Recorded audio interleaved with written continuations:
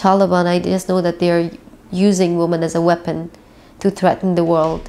They returned back to power 3 years ago, and so many things changed. We no more have the life that we used to have in Afghanistan.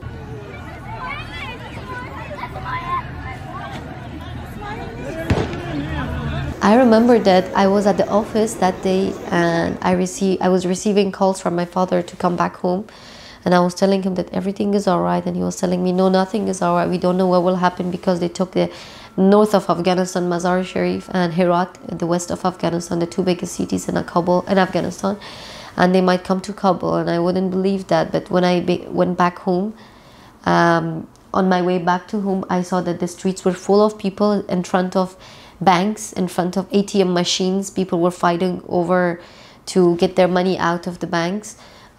People were closing down their shops. There was big traffic jam. Some people that they were in Afghanistan for vacation, they were trying to get themselves to the airport. Some people were crying. Some people would have lost their family members because of the so many people on the streets, and that was the most horrible moment I had. And I remember that we were in a car of my brother-in-law, a Corolla car that fits 5 people. We were 12 person in that one car. I can't forget that, because we have to move to another place, to safe place, to stay together. So he came to pick us up with my sister, like, we have to leave this house, we have to go somewhere else. And we were 12 person in one Corolla car. The place that I was living, it was a bit close to the airport, and I was hearing the planes leaving the country, and that was the worst sound for me. I was always hating, and I remember that I have cried like every time that I was hearing one plane leaving Afghanistan. I knew that one intellectual person, one heart, one dream have left the country.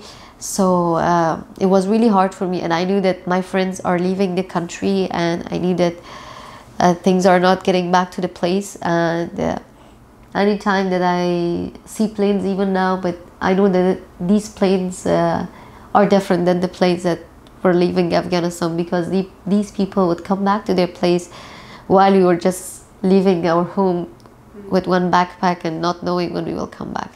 Cela fait 3 ans que les talibans ont repris le pouvoir en Afghanistan après le départ des troupes américaines et sont revenus à l'interprétation austère de l'islam qui avait marqué leur premier passage à la tête du pays. Fin août, une loi a été promulguée pour promouvoir la vertu et prévenir le vice. Qu'est-ce que cela signifie? Almost 20% of the population left Afghanistan. A new report have been announced that at nearly 9 million Afghans left Afghanistan in the last 3 years, because there's so many restrictions in Afghanistan, especially for women, and a big gender apartheid is happening in Afghanistan. And women have been banned from getting education, school and university. They're not allowed to work. You're not allowed as a woman, as an Afghan woman, to be in public places. Like, you're not allowed to go to public parks, and you're not allowed to go to hammams. They have been banned from doing any kind of activity, and the new recent rule and law that they have announced that women voice have been banned, and they will be punished if they go on public and speak. And they are misusing Afghan women as a weapon. Millions of Afghans have left. It shows how devastating the situation is. What they are doing, all the rules that they have been putting on women, has no cultural nor religious justification, and it has never been written in anywhere in Islam that woman is not allowed to get education, while education is the most important thing. It really doesn't make sense. I'm so sorry to say it, but it's really something, the most stupid thing I've ever heard, not to be able to speak, not to be able to communicate on a daily basis, because we are human. Also because they are scared of powerful and educated women, because once a woman is educated, once a woman is aware of their rights, she knows how to fight for herself, she knows how to defend herself. For 21 years we had a republic government, and women were free to do arts, poetry, music, and get education, so they cannot undo these skills for them, and they cannot forget about it. But I know that there are people that they had to stop, because there is a chance and a big risk that they might be caught, and and this can get them killed. And because you have nothing to do with your life, you no more can control your life. And a daily normal life of a woman in Afghanistan is that if you're a married woman with children, you would wake up to make some breakfast for your children. I mean, if you receive enough money to do so, but if you're not, maybe you don't even have that money for the breakfast. And they would take care of their children. They might ask their husband to go for the groceries, or maybe they might do it themselves. But now with this rule, how they are going to do it, and all they do, I can read, or if you're a single woman living with your parents, because we don't live separately or individually, so living with your parents, it might be so difficult for you because you have no goal, you have no future, you have no activity to do. And I can say that they just wake up, they sleep, they eat, they cry, and they're going through the worst depression that someone can ever have. I got out of Afghanistan in February 2022, and I was pregnant. You're not allowed to leave the country without a male guardian. So my husband was not able to leave with me because he didn't have Pakistan visa. So I had to go to Pakistan in order to come to France. My brother got a visa, and he could leave with me. He got a medical visa for free.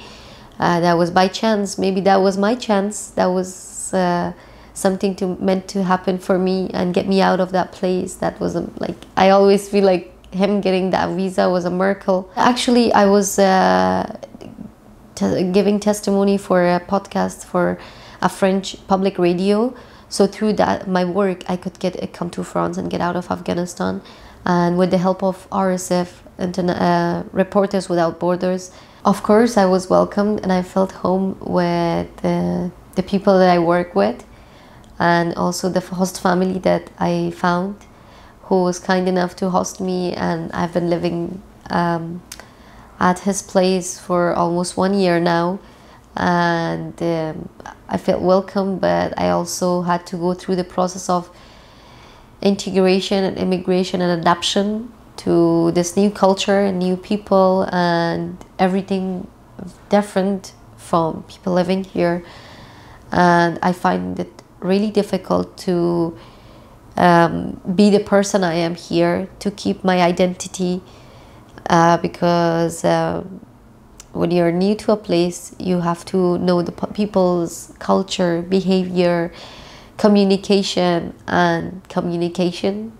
I had to learn French. I mean, coming to France opened my eyes, and I have like a wider lens now of the world, of myself, and I know that I'm not the same person as I was in Afghanistan. Le 15 août 2021, quand les talibans sont entrés dans Kaboul, ils n'ont rencontré aucune résistance, entraînant même la fuite du gouvernement. Pourquoi n'y a-t-il pas eu de révolution, de soulèvement du peuple et de ses dirigeants? This is a bit tricky question, but because we were trusting that the government will do something, because we were trusting that the international community, the NATO, they will do something.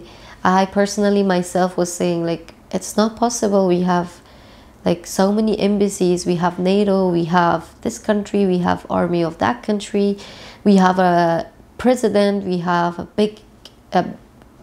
big system, so it's impossible just to get them away or take them away overnight. I was one of the people who was hopeful, but we didn't see it coming. We wouldn't know. If we knew that this would happen, maybe we would have done something. Maybe we all would go out on the streets or do whatever we could, but it just happened overnight when we were all sleeping.